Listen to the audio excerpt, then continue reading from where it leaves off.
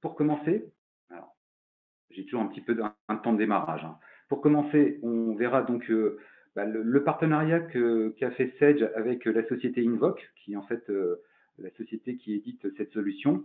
On rentrera dans les avantages et les bénéfices de la solution à travers le support et ensuite à travers la démonstration. Euh, Bien entendu, le support vous sera communiqué en fin de session ou après la diffusion pardon, de la session. Et je vous laisserai les différentes fonctionnalités qu'on va retrouver dans l'applicatif directement dans les supports. Bien entendu, cette conférence sera enregistrée et vous pourrez bénéficier d'un replay que si vous n'êtes pas là jusqu'au bout, en tout cas j'espère que vous serez là jusqu'à la fin de cette session. Et vous n'oublierez pas de poser vos petites questions sur le petit bandeau qui nous permettra derrière, en fin de session, d'essayer de répondre à vos interrogations sur l'application. Et j'essaierai de vous d'y répondre le plus rapidement possible. Pour parler donc de ce partenariat avec Sage et Invoke, il faut savoir que Invoke est un acteur présent sur le marché français depuis de nombreuses années, est présent dans 5 pays au niveau européen et sur lequel il y a, on va dire, il y a une équipe de 140 collaborateurs dédiés spécifiquement aux logiciels fiscaux, financiers et réglementaires, avec un ensemble d'outils pour répondre en fait au marché au niveau de la législation fiscale, réglementaire européenne ou internationale à travers l'ensemble de son parc et de ses différents modules. Si nous regardons un petit peu Invoke en détail pour connaître un petit peu plus cet acteur, il est présent sur le marché français, comme je vous disais, depuis plus de 20 ans. C'est plus de 1000 clients aujourd'hui abonnés sur l'ensemble de ces offres, avec à peu près entre 20 milliards fiscales déclarées annuellement, plus de 30 000 déclarations qui sont produites, et tout ça à travers un logiciel qu'on retrouve sur la gamme, avec la gamme Sage, donc Sage Fiscalité, mais que vous allez pouvoir retrouver aussi en marque éditeur qui est Uloa. Donc certains peut-être d'entre vous ont pu voir déjà des annonces du Uloa.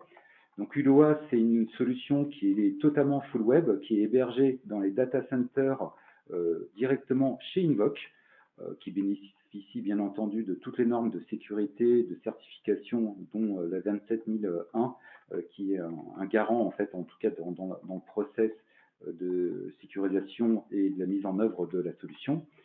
Et pour aider l'accompagnement de l'éditeur et de l'ensemble, on va dire, de la R&D et des consultants chez Invoke, la veille fiscale est opérée par le cabinet Hoche, un cabinet spécialisé d'avocats fiscalistes qui nous permettent et qui permet surtout à Invoke de vous proposer toutes les modifications fiscales de l'IAS et autres à travers une veille légale importante.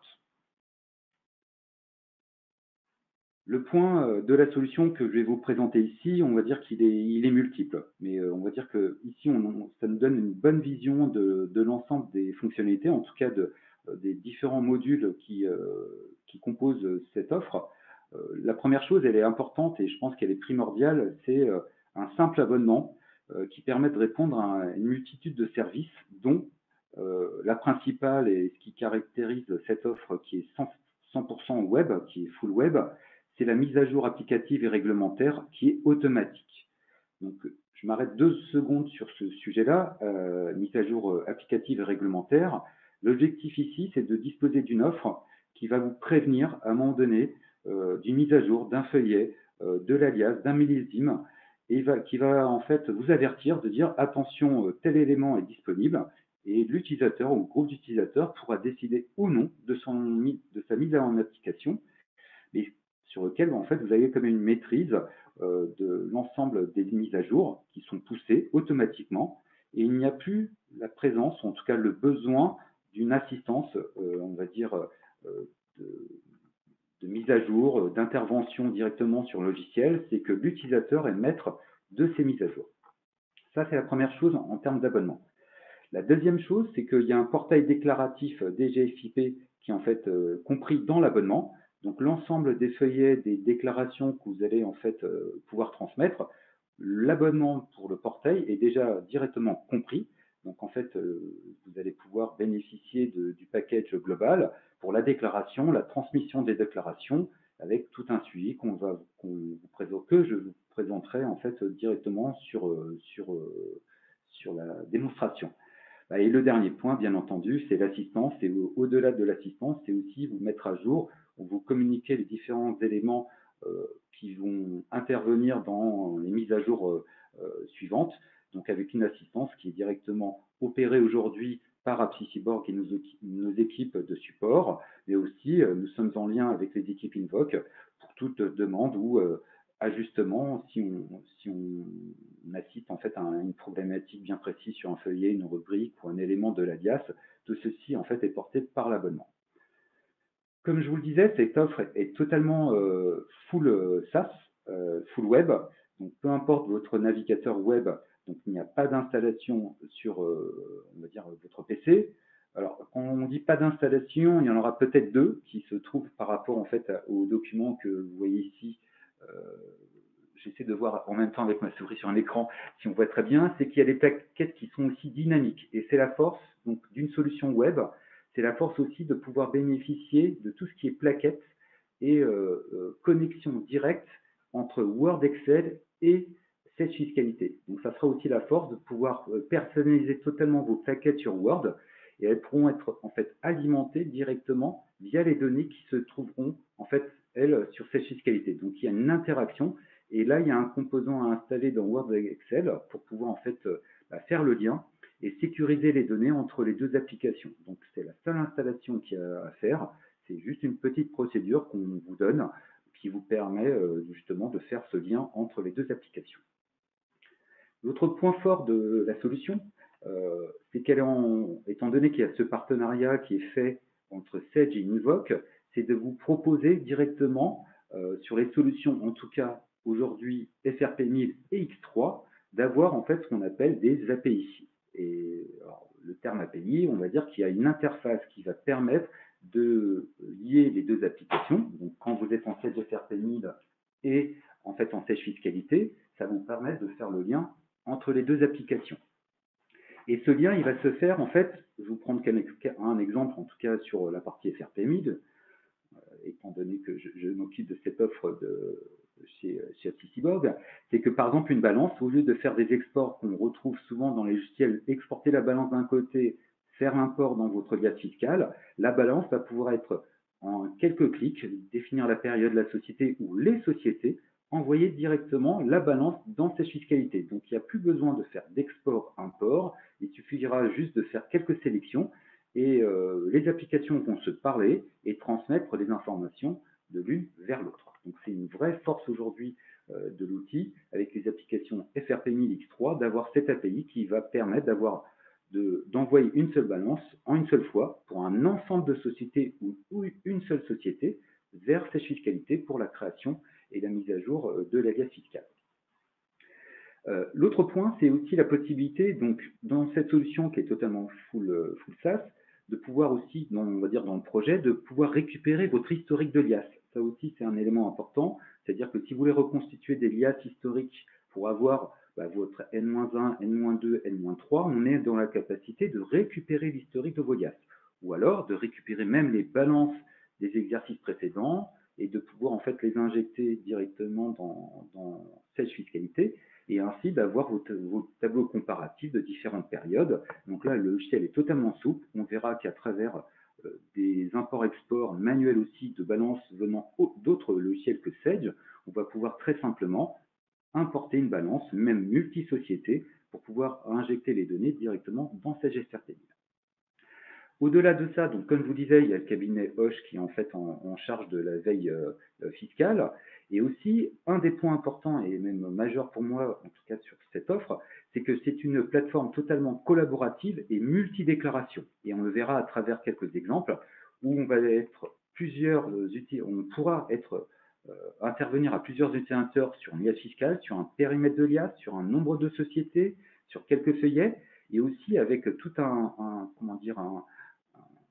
tableau de bord qui va nous permettre d'identifier les différentes tâches à accomplir et pouvoir en fait mettre des commentaires et des informations pour pouvoir collaborer avec plusieurs utilisateurs au sein de la même entité ou d'entités différentes. Ici, je vous présente dans le slide, mais on le verra à travers la démonstration. Donc, on aura un certain nombre de déclarations. On verra qu'on pourra piloter ces déclarations pour un ensemble de sociétés, que vous en ayez 1, 2, 10, 50, 100, 200. On va dire que là, on aura la possibilité de pouvoir répondre aux différentes problématiques et aux différents régimes qui sont proposés en standard et standardisés dans l'application.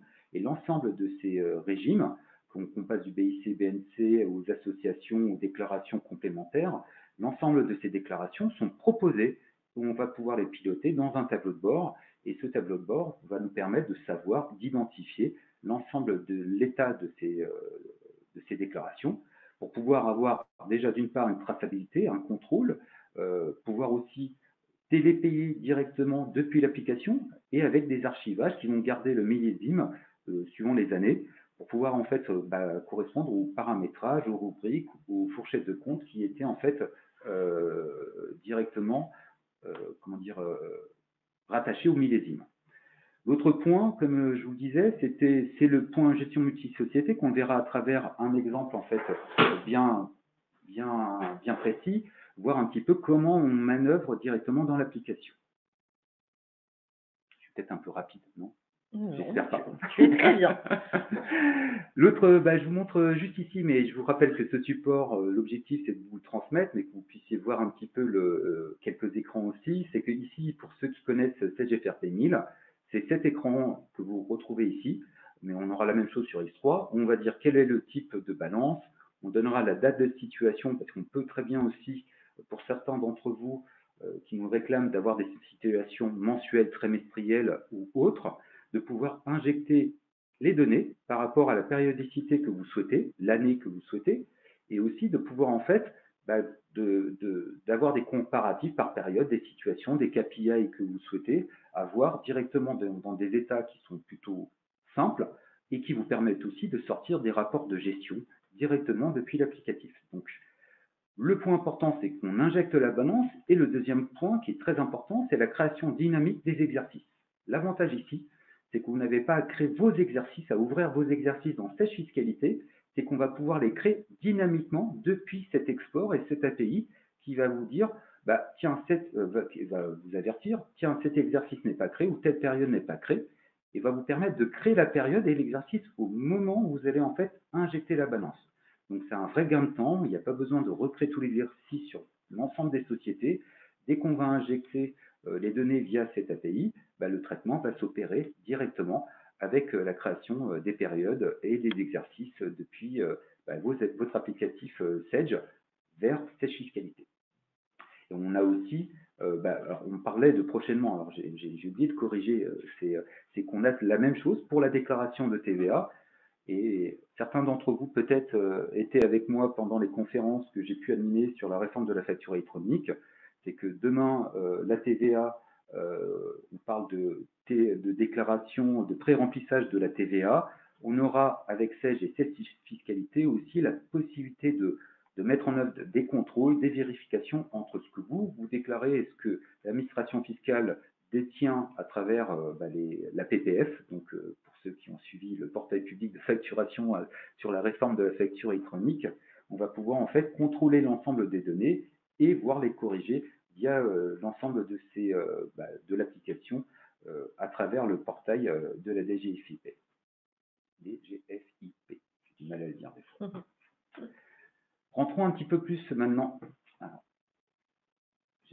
dans les fonctionnalités, je vous les présente ici rapidement sur le support, mais on reviendra. Donc, comme je vous disais, c'est qu'on verra un portail full web, pas d'installation, gestion multisociété. On le verra à travers le navigateur, mais ça, je vous le présenterai tout de suite après. Donc, ça, c'est juste pour vous dire, c'est intégré, c'est là. L'autre point, c'est que l'ensemble des déclarations complémentaires fiscales, on verra qu'il y a des déclarations, et je vous en parle déjà, qui sont injectées, bien entendu, via la balance. Il y a des données de la balance qui permettent de remplir certains feuillets, mais on verra aussi qu'il y a une interaction possible avec certains états qui ont besoin d'être complétés, soit saisis, soit alors via des trames Excel qui peuvent être préparées, qu'on vous a déjà préparé et que vous allez pouvoir créer ou alimenter, le détail des charges, les revenus des plus hauts salaires sur lesquels on peut en fait avoir des données qui ne sont pas dans la balance mais qui sont en fait stockées sur un fichier. Et ces fichiers Excel, on va pouvoir les injecter pour compléter un ensemble de feuillets. Et c'est aussi ça l'intérêt de l'application, c'est qu'elles sont interactives et on puisse l'alimenter soit en saisie, soit via l'API, soit en fait via un import directement depuis l'application. En termes de navigation, on va retenir 6 points qu'on retrouve ici.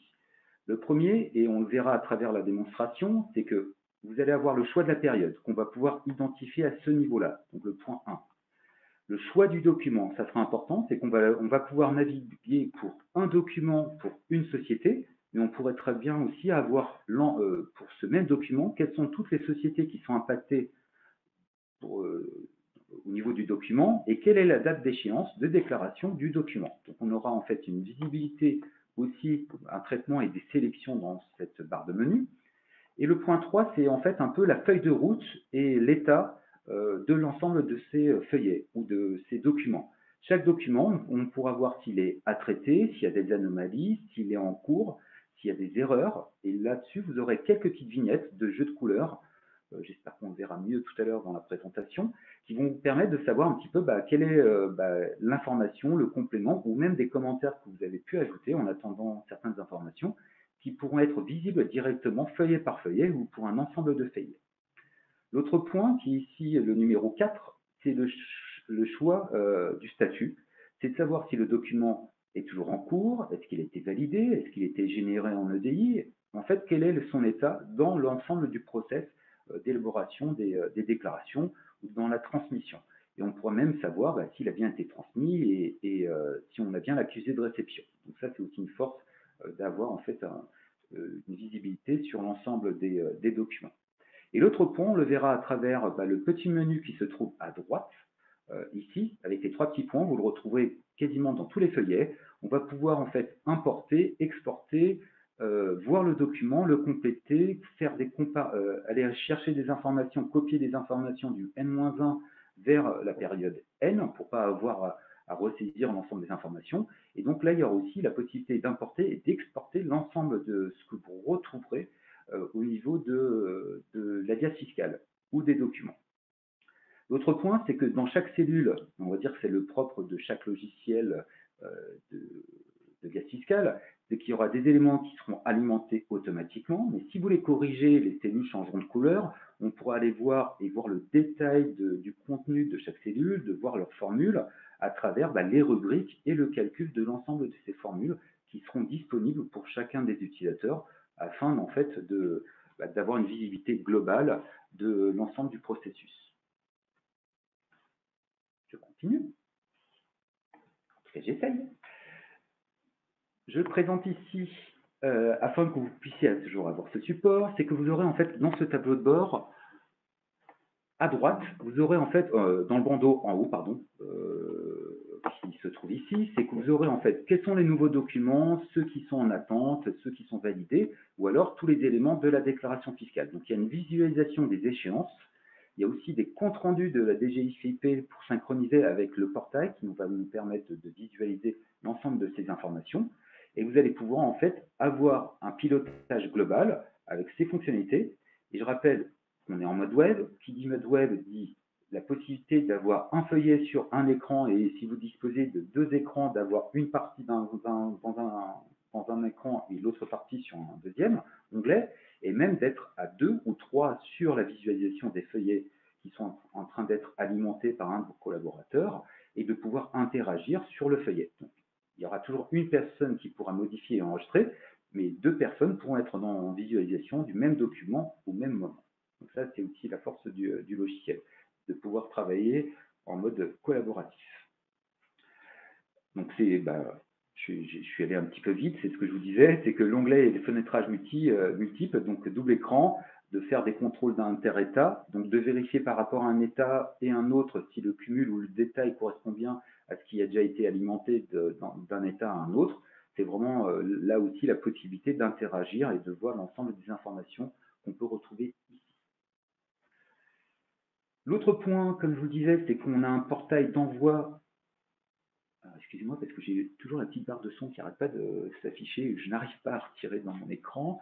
Un lien direct avec le portail pour les envois des fichiers EDI. Donc ça, c'est très important. C'est que donc on verra l'ensemble des dépôts automatiques qui seront envoyés, pardon, avec la date de début, date de fin de période, s'il a été réceptionné, s'il a été accepté, s'il a été refusé. Vous aurez un état et un historique de l'ensemble des éléments et aussi la possibilité, si vous le souhaitez, d'exporter vos formats qui ont été transmis, donc par exemple en PDF. Et si par exemple vous avez votre expert comptable qui vous demande le format d'exporter l'alias ou le document au format EDI, vous allez pouvoir le faire, exporter directement le format EDI, et ça va lui permettre aussi à votre expert comptable de pouvoir reconstituer votre liasse directement dans son système. Donc c'est aussi la force de pouvoir transmettre les éléments soit en PDF, soit en EDI, ou alors, on va dire qu'on peut l'exporter en visuel PDF ou Excel, et aussi de marquer en fait un état que vous avez en fait dans le système, que vous souhaitez accepter mais que vous ne voulez pas encore envoyer. Donc on aura un tableau de bord de l'ensemble des éléments qui se retrouvent ici dans ce qu'on appelle la boîte mail, d'envoi, pardon, pas mail, mais d'envoi, sur lequel on aura une traçabilité de l'ensemble de ces flux. Je clique. L'autre point, et là c'est vraiment très intéressant et je vous montrerai tout à l'heure, c'est que toutes vos plaquettes vont pouvoir être traitées directement dans Word. Donc là c'est vraiment la force, c'est-à-dire qu'il y a des tableaux qui sont préconfigurés directement au lancement de l'application, au paramétrage de l'application. On vous fournit des plaquettes, des annexes. Ces plaquettes et annexes sont totalement amendables, modifiables, et elles sont sous Word. L'avantage de Word, c'est qu'il va pouvoir communiquer ici via en fait un petit complément Invoke qui va aller lire les données qui sont dans l'alias, que vous allez pouvoir compléter et alimenter directement pour une ou l'ensemble de votre société. Une fois que vous avez fait votre plaquette sur une société avec l'ensemble des tableaux que vous souhaitez, les commentaires avec des informations qui peuvent être variables, le système va pouvoir vous générer l'ensemble des plaquettes pour toutes vos sociétés en un simple clic, que vous pourriez compléter manuellement si vous souhaitez, ou alors rajouter quelques cellules ou quelques tableaux complémentaires suivant l'activité, la typologie d'activité de votre annexe. Donc c'est aussi la force, c'est vraiment la force de la solution ici. Et l'autre point qu'on oublie souvent, en tout cas qu'on met en place de plus en plus, c'est la gestion des habilitations et des droits et des accès. Certains utilisateurs ont droit à un pool de société ou une société. Certains utilisateurs ont droit seulement à quelques documents et pas d'autres. Je reviendrai sur le sujet, mais si vous ne voulez pas que la 2067, la déclaration des salaires, en fait, soit des indemnités salaires, soit en fait directement visible par certains utilisateurs, on pourrait très bien la masquer. Donc ça ne pose pas de problème. J'ai essayé de faire vite sur ces slides que je vous transmettrai et de vous montrer un petit peu à quoi ressemble l'application. Je ne sais pas si vous voyez mon écran. Alors, j'espère que, je ne vais pas rentrer forcément dans le détail parce que j'ai toujours une base de démonstration en fait de l'application, on va dire Sage Fiscalité. Je vais vous parler un petit peu par rapport aux éléments qu'on va retrouver ici. Alors, j'espère que certains noms, en tout cas de sociétés ici, c'est que c'est des sociétés qu'on opère de test, mais je vais revenir un petit peu sur ce qu'on peut voir dans l'application. Donc, la première chose qu'on peut voir ici, c'est que on va avoir un ensemble d'éléments qui vont se retrouver sur la barre de gauche et la barre de droite. La barre de gauche va nous permettre de voir l'ensemble du paramétrage, des fonctions, des sociétés, des balances qu'on peut retrouver ici dans Sage Fiscalité. La première chose qu'on peut voir, c'est qu'en termes d'administration, je vais avoir un ensemble d'utilisateurs. Donc là, ce que vous voyez ici, ce sont les noms des utilisateurs à Psycyborg, de tous les consultants Sage FRPMI qui ont un espace de démonstration. Donc normalement, ce n'est pas celui que je présente dans mon conférence. Donc pour chaque utilisateur ici va pouvoir avoir un ou plusieurs droits, des droits. Et si je prends en fait par exemple mon login à moi, c'est qu'on va pouvoir être rattaché soit à des groupes. Donc moi je suis administrateur, j'ai le droit de tout voir. Mais suivant en fait les sociétés qu'on va retrouver ici, j'aurai le droit de les voir ou pas voir. Mais aussi par typologie de groupe, de pôle, sur lequel, ici, j'ai 28 sociétés. Est-ce que j'ai le droit de voir toutes ces 28 ou faire des regroupements de pôles de sociétés? Donc ça aussi, c'est un élément important. En fait, ici, vous avez les groupes. On avait en fait, ce que je vous disais, c'était ici, par exemple, les services externes, les différentes applications, donc je vais passer vite, qui sont présents ici.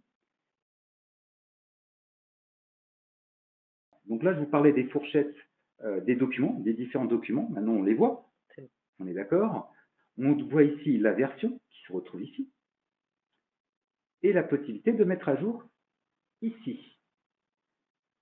On voit les plans de fourchettes, comme je vous ai dit à l'instant. Si je prends en fait une des fourchettes de compte qui permet d'alimenter, donc les fourchettes sont rattachées, on va dire, à une balance, et cette balance permet en fait de récupérer l'ensemble du plan comptable qui est déjà livré en standard ou totalement personnalisable. Une fois que vous avez ces fourchettes, si vous voulez les personnaliser, il suffit ici de pouvoir cliquer sur modifier ou alors scinder une fourchette qui serait à cheval sur un compte que vous voudriez en fait voir apparaître sur des cellules différentes ou tout simplement les supprimer. Et tout ça, ces fourchettes-là sont rattachées aussi à des périodes. Donc on le retrouve ici. J'y arrive aujourd'hui. On a des plaquettes, toutes les plaquettes pour être alimentées ici. Et on a aussi la force de l'outil ici, c'est de pouvoir faire des formats d'import-export de certains éléments de la balance. Soit la balance est injectée via une API quand vous êtes sur du Sage, soit la balance, vous pourriez avoir une balance d'un autre système. Alors c'est très simple, je vais vous montrer ici un petit peu comment ça se passe. C'est que je prends le format, je lui dis que c'est de type balance, je lui dis que c'est de type CSV, je vais dire quelle est la ligne de départ, le séparateur, et ici je vais rajouter les éléments qui sont présents dans mon fichier. Le compte, le libellé, le débit, crédit, société, exercice, période ou journal. L'ensemble de ce format est totalement paramétrable et on peut les garder pour pouvoir en fait continuer, faire des exports pour le futur ou justement pour la reprise des historiques. Je peux reprendre aussi certains éléments qu'on retrouvera, je vais vous donner quelques exemples qu'on a souvent dans certaines liasses. Donc on va pouvoir ici reprendre, je vais prendre un format, le E2053, si je le retrouve ici, 56, je vais descendre un peu plus bas. Voilà. Ici, c'est le détail des charges exceptionnelles et des produits exceptionnels. Donc ici, on va pouvoir faire un format qui va nous permettre directement d'importer le détail des charges exceptionnelles et des produits exceptionnels. Je vais vous montrer ensuite, si je prends, alors je vais prendre un fichier directement depuis, et je n'ai pas de fichier étant donné que je n'ai plus ma base, donc je ne peux pas le montrer. Voilà, ça c'est fait. Donc j'ai mes formats d'import-export. C'est pas la bonne démo aujourd'hui. Ici, j'ai des formats d'édition. Je vais vous prendre un exemple ici dans le format d'édition. C'est que je vais pouvoir dire, c'est un élément du bilan, de l'IAS, de bénéfices régime normal, taux de gestion, BIC, etc., actifs, passifs, avec certaines valeurs, certaines options qu'on va pouvoir indiquer dans les tableaux, avec une présentation comme on le souhaite. Donc, on aura la possibilité de voir certains formats et certains paramétrages d'édition possibles. Une fois qu'on s'est dit ça, c'est qu'on a le paramétrage, on veut voir un petit peu l'ensemble des éléments qui composent, par exemple, un détail de compte, un paramétrage d'actifs, passifs, compte de résultats. Vous aurez toujours la possibilité, même si une rubrique est présente, de voir le détail et le contenu de la balance. Donc ça, c'est un élément très important de pouvoir toujours avoir la traçabilité des éléments. Si je reviens un petit peu maintenant dans ma société, dans une société, un exemple de société. Je vais prendre ici une société qui est toujours celle qu'on prend de référence ici. Cette société a une particularité, c'est qu'elle est ici tête de groupe intégration fiscale. Donc en mettant ici que cette société va permettre de faire de l'intégration fiscale avec les filiales, c'est qu'un onglet supplémentaire va apparaître ici. Vous voyez cet onglet filiales et intégration fiscale. On va dire qu'on va rattacher les filles à la mère et ces sociétés filles vont permettre, en fait, là on fait le paramétrage de pouvoir ressortir les états pour l'intégration fiscale de ces sociétés-là. Donc vous êtes maître de pouvoir en fait rattacher vous-même l'ensemble des sociétés les filles rattachées à la mère pour pouvoir en fait avoir la consolidation et les états nécessaires. Donc là, quand vous avez une société, donc on va lui dire quel est le type, par exemple, de plan comptable. Ça, c'est la première chose par rapport aux fourchettes de compte. On va lui donner en fait des informations qui sont la société, le contact, la partie juridique. Et ensuite, on aura l'ensemble des exercices qui auront pu être créés ou alimentés. Donc là, on voit qu'on a fait des tests jusqu'en 2026, déjà pour du prévisionnel peut-être.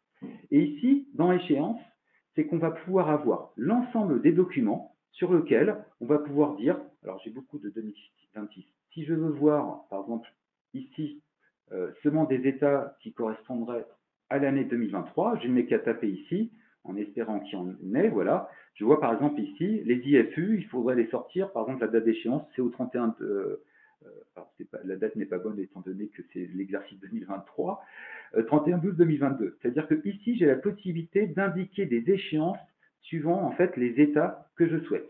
Si je dis que l'état devrait sortir en 2023 au mois de décembre le 15, vous allez voir tout à l'heure, je vais le faire sur 2-3 éléments, on va voir que certains états, je vais pouvoir en fait leur indiquer une date d'échéance pour pouvoir piloter ces éléments dans l'application. Par exemple, la plaquette, je pourrais lui dire, ou la déclaration de CVAE, je pourrais dire qu'elle devrait sortir pour le 15 décembre. Je vais venir ici, je vais indiquer une échéance ici, et en indiquant des échéances par état, je vais pouvoir avoir un tableau de bord tout à l'heure que vous allez découvrir tout à l'heure.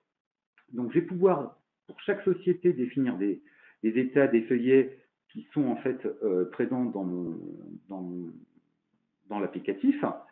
Je vais pouvoir ici avoir des contextes pour savoir si je suis, par exemple, tout ce qui est déclaration TVA au réel, c'est la déclaration mensuelle, avec des contextes sur lesquels je vais avoir des comparatifs N, N-1, N-2 ou par période, et aussi la partie compte bancaire. Alors là, j'en ai pas, mais de rattacher les comptes bancaires pour le télépaiement, le paiement de certains impôts. Donc, ça veut dire qu'on va pouvoir ici stocker l'information pour transmettre à l'administration fiscale. Donc là, j'étais sur une des sociétés, et je vous en prends une autre, par exemple Cedrus Atlantica.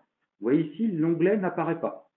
L'onglet où je vous disais justement qui permettait d'avoir la tête de pont sur le représentant fiscal, voire le représentant aussi. Il faut savoir que cette fiscalité permet d'avoir la sujetté unique, qui en fait maintenant la possibilité qu'ont les sociétés. Alors c'est trop tard maintenant au mois de novembre, il faudra attendre l'année prochaine pour faire une nouvelle déclaration si vous souhaitez rejoindre les assujettés uniques. En fait, on a la possibilité ici de voir quelle est la particularité, ou en tout cas, quelle est la société mère ou fiscale. L'autre point, quand vous voyez toutes ces sociétés-là, on a la possibilité ici de se mettre soit en mode tuile, là, comme on a pu le voir, soit en mode en fait liste avec l'ensemble des sociétés. Vous voyez, là, j'en ai plus de 64.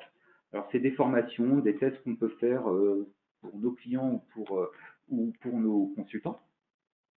Et maintenant, je vais vous présenter un petit peu plus l'ensemble des déclarations avec un petit tableau de bord. Je suis désolé si ce n'est pas très lisible. Je vais essayer d'agrandir un petit peu. Voilà, j'agrandis. Donc, ce tableau-là, il nous permet de faire quoi? C'est-à-dire que normalement, lorsque tout paramétrage est fait, que vos sociétés sont faites, les droits sont faits, chaque utilisateur, lorsqu'il se connecte, va avoir ce tableau de bord. Ce tableau de bord, on verra ici tous les documents qui sont présents en cours, en retard, sur lequel il y a quelque chose à faire, sur lequel on doit intervenir.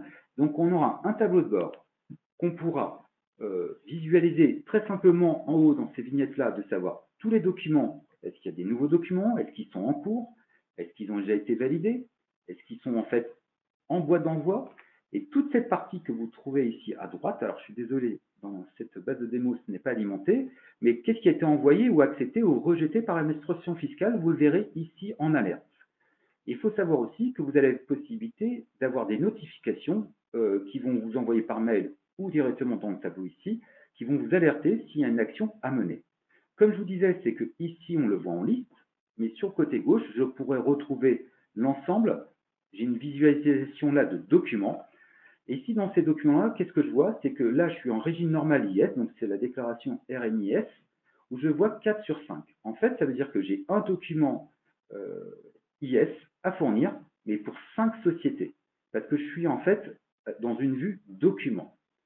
Si je veux en fait voir ce document-là, dans quelle société je dois les produire, je verrai ici un peu un tableau de bord de style Kanban sur lequel je vais avoir mes nouveaux états, ceux qui sont en cours. Je vois la société Cydrus, je vois ici en fait Bijou, je vois Talika qui en fait ici. Je vois toutes les sociétés qui sont en cours. Donc j'en ai une, deux, trois, quatre et cinq en tout. Donc une nouvelle et plusieurs en cours. Et chaque fois qu'on va pouvoir en fait avancer sur nos travaux, elles seront soit validées ou soit envoyées. Et donc en fait l'ensemble de ces documents va naviguer ici à travers ce tableau de bord. Donc là j'étais dans une vue document. Ici je veux avoir une vue société, c'est-à-dire que si je reviens dans ma société Cedrus, je vois que j'ai 7 éléments chez Cedrus à traiter. Je vois que j'en ai qui sont en retard et d'autres qui sont à revoir. Donc c'est ces petites vignettes et pastilles qui vont nous permettre de dire, si je clique sur à revoir, c'est-à-dire que là, j'ai des éléments sur lesquels j'ai des informations. Par exemple ici, régime normal hier, ou sur les à nouveau, je vois qu'il y a des erreurs ici dans cette base. Alors il y a plein d'erreurs parce qu'en fait c'est une base de test. Et en fait ces petits boutons, en tout cas ces éléments-là, quand je clique ici, je vais pouvoir avoir une notification, un élément qui va me permettre de comprendre un petit peu ce qui se passe dans le document, de voir en fait où sont les anomalies. Et ces anomalies-là, on va les retrouver ici, en retard, les 5 qui posent problème, c'est que vous allez retrouver ici, par exemple, aucune donnée numérique n'est présente dans le formulaire. Je clique dessus, et en fait, il va me dire, tiens, à tel endroit, il y a un élément qui pose problème, sur lequel, en fait, j'aurais dû avoir une information. Je peux le laisser en attente, mettre un petit commentaire si je le souhaite ici, pour que d'autres collaborateurs puissent visualiser l'information. Donc ça, c'est une des possibilités. Je peux aller voir aussi tous les documents. Là, j'étais en fait, par exemple, la fourchette de compte de type bilan, compte posto, il renvoie des comptes où il y a une erreur. Donc, il y a un contrôle que l'ensemble des éléments des comptes soient bien injectés dans l'alias. On voit ici que l'actif-passif est en écart. Donc, vous aurez des tableaux de bord, des informations importantes. C'est qu'on a modifié, par exemple, ici, erreur de compte. On a modifié le plan comptable. Le compte n'apparaît pas dans les rubriques. Là, j'ai mon cher collègue Sacha qui, des fois, sait fiscalité a indiqué une erreur. Donc, on va pouvoir les visualiser directement ici. Dans chacun de ces documents-là, donc, on aura toujours ce système-là, soit par document, soit par société. Et ici, vous allez avoir un pilotage avec l'ensemble des formats. Vous allez pouvoir les rechercher, les feuillets. Et chacun de ces feuillets est présent ici. Alors, on ne les voit pas très bien, mais bien entendu, je pourrais grossir l'ensemble de ces feuillets, retirer l'information ici, agrandir, comme ça on va le voir un peu plus ici. Tout ce qui en fait vert vient en fait automatiquement du système. On le voit à travers le petit bouton ici, on voit que c'est la raison sociale a été cherchée directement dans le système. Et tout ce qui est jaune, ce sont des zones saisissables. Donc en fait ici, dès que je saisis une donnée, je verrai saisie du nom 3, je mets juste une information, je mets ici directement un montant, j'en mets un autre. En fait, ici, je vais pouvoir en fait directement saisir le document. Donc ça, ce sont des documents. Une fois que le document, j'ai saisi des éléments, je vais pouvoir enregistrer. Mais certains documents, je vais pouvoir directement importer des données. Comme je vous disais tout à l'heure, par exemple, si j'ai le détail des déclarations de charges ou des éléments de salaire à remplir, une 2000, je ne sais pas, j'ai peut-être ici, je vais prendre la 2053, toujours la même, ici. Le compte de résultat ici, je pourrais très bien, via l'alimentation, et comme ça me permet ici de vous montrer un petit peu le document. Je vois que j'ai des informations qui sont présentes sur le document ici. Je n'ai pas d'exercice N-1, mais je pourrais très bien en fait l'injecter et copier les éléments pour l'exercice. Et ici, je vais avoir des informations que je vais retrouver sur la rubrique ou la cellule. Si jamais je modifie un élément de la cellule, ici, c'est que je vais la cellule va passer au rouge. Rouge dit, en disant, j'ai forcé le montant, mais je peux très bien, si je veux retirer cet ajustement ici, pouvoir supprimer l'ajustement.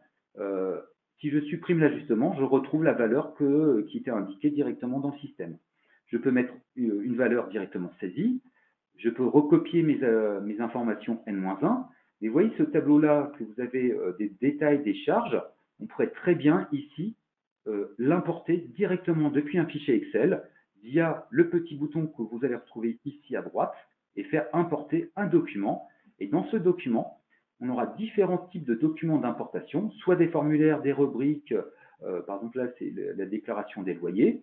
Si je prends en fait juste une rubrique ou un formulaire, je vais pouvoir aller le chercher via un descriptif d'import, par exemple 2053 que je retrouve ici, et ce 2053 qui est ici, qui me permet dans la première colonne de mettre le détail, le libellé, la charge et le produit dans la colonne 1, 2, 3, et automatiquement ici, en allant chercher ce fichier Excel qui n'a que 3 colonnes, que vous avez déjà préparé ou exporté de votre système, il va venir alimenter automatiquement l'ensemble des feuillets.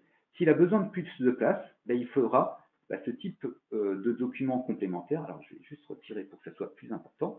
Et il viendra le compléter ici, directement, en charge et produit. Donc, il pourra créer une feuille, 2 feuilles, 3 feuilles, 4 feuilles, suivant en fait l'ensemble des éléments que vous souhaitez.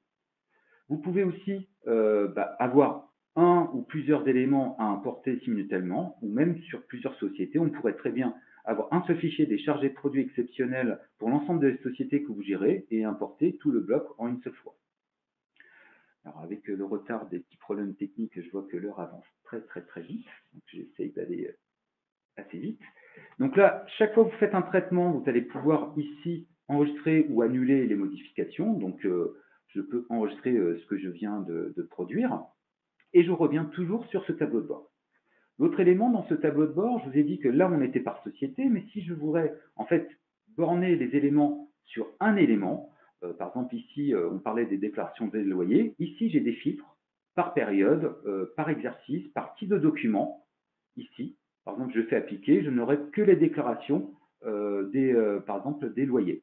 Si je veux, par exemple, mes déclarations de DAS2, je vais retrouver ici que pour Cedrus, j'ai une déclaration qui se trouve ici, qui est tellement, on va dire, nouvelle dans mon système, et on va dire que ça date d'il y a quelques temps, et je retrouve mes éléments de DAS2 avec l'onglet, le bordereau de départ du transfert des déclarations annuelles de salaire, et ensuite les états qu'on va retrouver en dessous.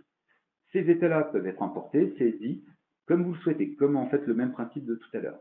Là, je vois en fait qu'il y a un petit i, non, c'est pas un i, c'est un 1, c'est qu'on n'a aucun bénéficiaire. Donc c'est une alerte en disant attention, il n'y a rien dans votre déclaration que vous souhaitez envoyer, donc il faudrait pouvoir l'alimenter.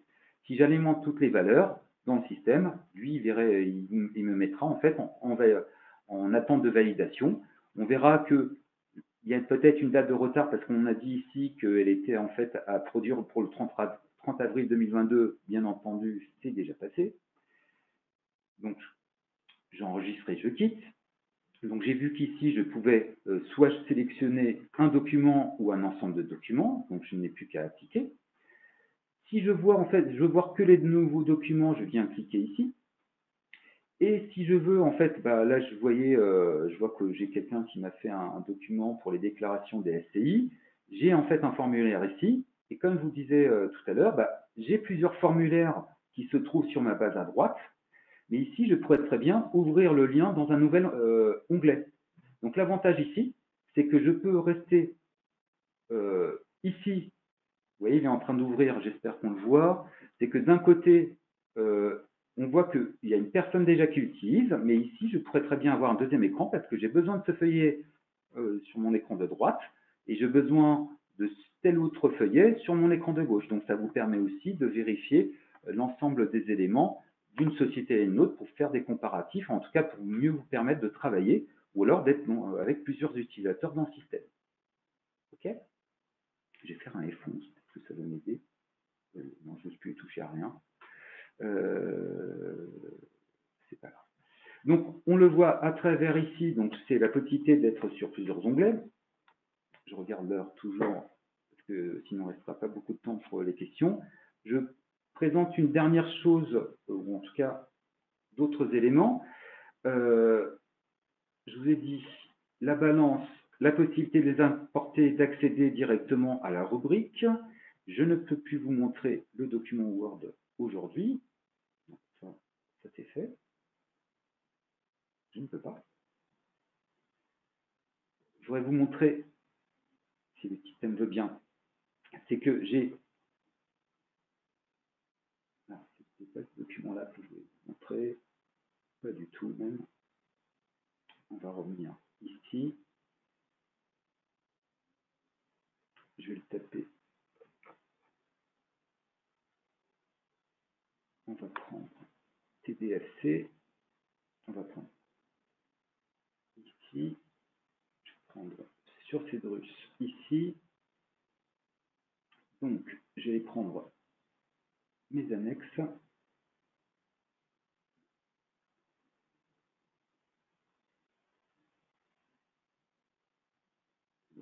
Si je mets des et, peut-être que ça va marcher moins bien. Je ne l'ai pas là. Raté. C'est pas grave.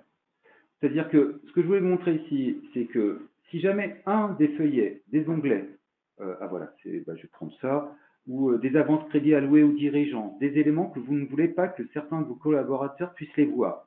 Il est possible aussi que certains feuillets ou onglets documents ne soient pas visibles pour un ensemble d'utilisateurs. Donc ça, c'est juste une gestion des droits. On va pouvoir lui dire à tel endroit, tel document, je ne veux pas, je veux être le seul administrateur, la seule personne qui a le droit d'alimenter et de visualiser. C'est-à-dire que tous les autres utilisateurs n'auront pas le droit en fait d'y accéder. Donc ça aussi, c'est un élément important d'avoir aussi un contrôle, une sécurité de l'ensemble des éléments transmis. L'autre point, c'est les petites notifications. Je vais cliquer ici et comme ça, je vais laisser quand même poser quelques questions. Est-ce que j'ai des notifications? J'en ai pas. C'est ici. Les notifications, comme je vous disais, c'était dans Audit. Et dans Audit, je vois que qui a enregistré tel document, qui a mis à jour une échéance. Donc ici, vous allez aussi piloter qui a modifié quoi dans le système. Donc on a une piste d'audit qui permet de savoir quels sont l'ensemble des utilisateurs, qu'est-ce qu'ils ont en fait produit ou sur lequel ils ont travaillé ou modifié pour toujours avoir une traçabilité de ce qui a pu être fait et à quel moment ça a été fait. Donc on le voit à travers cette piste d'audit ici sur laquelle vous pouvez en fait mettre des critères et surtout aussi avec la possibilité d'exporter ce fichier-là directement. Là, j'ai un petit fichier Excel qui est en train de se générer, les logs, donc pour savoir qui a fait quoi dans l'ensemble du système. Je vais m'arrêter là, je suis désolé, j'ai perdu beaucoup de temps parce que j'ai eu un problème technique avec le VPN de Cyborg, je suis désolé, je tiens à le dire. Je vais prendre quelques questions parce que je sais qu'il va être tard. Pour Victor, au niveau de la TVA, y a-t-il un tableau récapitulatif des CA3 déclarés sur un exercice? Alors, un tableau, où on a les déclarations qui sont présentes directement pour un exercice pour l'ensemble des sociétés, ou alors on a des tableaux de bord qui pourraient être mis en place, mais il faudrait que je précise le point, un tableau de bord récapitulatif des CA3 déclarés sur un exercice. Pour moi, chaque déclaration, en fait, peut être directement présente dans le logiciel, donc oui. De toute façon, alors un tableau, on voit l'ensemble des déclarations. Après, si c'est un tableau bien spécifique, il faudrait qu'on puisse voir ensemble. Donc, de toute façon, je vais prendre, étant donné que j'ai pris pas mal de retard, j'essaierai de répondre après ou vous contacter pour voir les différentes questions. Je vais en prendre 2 ou 3. Je vais essayer d'en prendre quelques-unes. Alors, on parle de. Je prends une. Quel type d'erreur sera détecté par Sage Fiscalité pour la facture électronique, s'il vous plaît? Alors, pour l'instant, tout ce qui est lié à la facturation électronique, à la réforme de la facture électronique, tout ça, c'est encore en train d'être travaillé.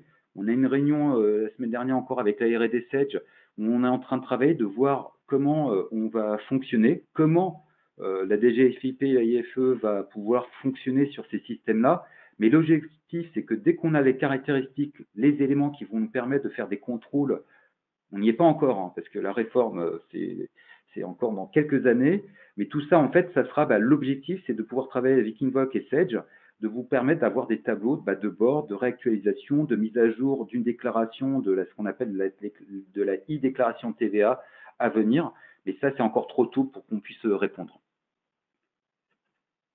Alors, on me pose la question, alors, je connais la personne, je ne dis pas de quelle société elle est. Pour la DES2, serait-il possible d'importer directement les données générées par Sage? Alors aujourd'hui, on n'avait pas un format, c'est une des points que j'avais avec Sage, c'est qu'on a la possibilité directement dans le paramétrage des formats d'import, d'export, que vous retrouverez ici, en fait, je montre en même temps sur l'écran, c'est qu'on a la possibilité ici de paramétrer des formats d'import. Et bien entendu, les éléments de la déclaration de DAS2, c'est des éléments qu'on peut importer. La seule chose qui manque encore aujourd'hui, il est vrai, mais on va dire qu'on va résoudre ça très rapidement, c'est de pouvoir récupérer les éléments de la DAS2 de Sage 1000 pour les injecter dans l'alias. Mais de toutes les façons, Sage FRP 1000, avec le traitement dans la version, permet de générer le bon fichier pour aller le déposer directement. Donc je ne sais pas si vous êtes dans ce cas-là, mais en fait, on va pouvoir, de toute façon, là aujourd'hui, on a tout préparé. Bon, je ne sais pas si vous voyez ici dans mon écran. Bah, ici, on a les éléments, par exemple, de la DAS2 qui sont en fait l'entête. Et vous avez aussi le démon du détail pour savoir si c'est des indemnités, des jetons de présence, etc., qu'on va retrouver en export. Donc le tout, c'est que la DAS2 pour l'instant, c'est pas encore automatisé. Et on travaille avec Sage pour qu'on puisse le faire. Voilà, c'est ce que je voulais vous montrer ici. C'est que nom, prénom, réseau social, complémentaire, les types, les voies, les CP, etc. C'est tous les éléments qu'on a dans la DAS2 qu'on va pouvoir injecter. Et on va dire que la prochaine API DAS2, c'est ce qui viendra dans la roadmap. Je prends une dernière question.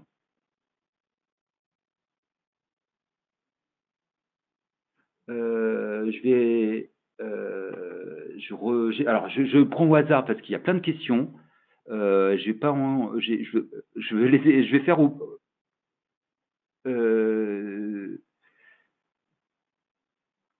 Alors je sais pas quoi.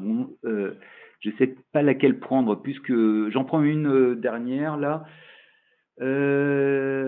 L'import du fichier est-il possible sur la 2059, détermination des plus ou moins values. Alors normalement, la 2059, on devrait pouvoir si c'est des éléments saisissables, on peut importer n'importe quelle rubrique.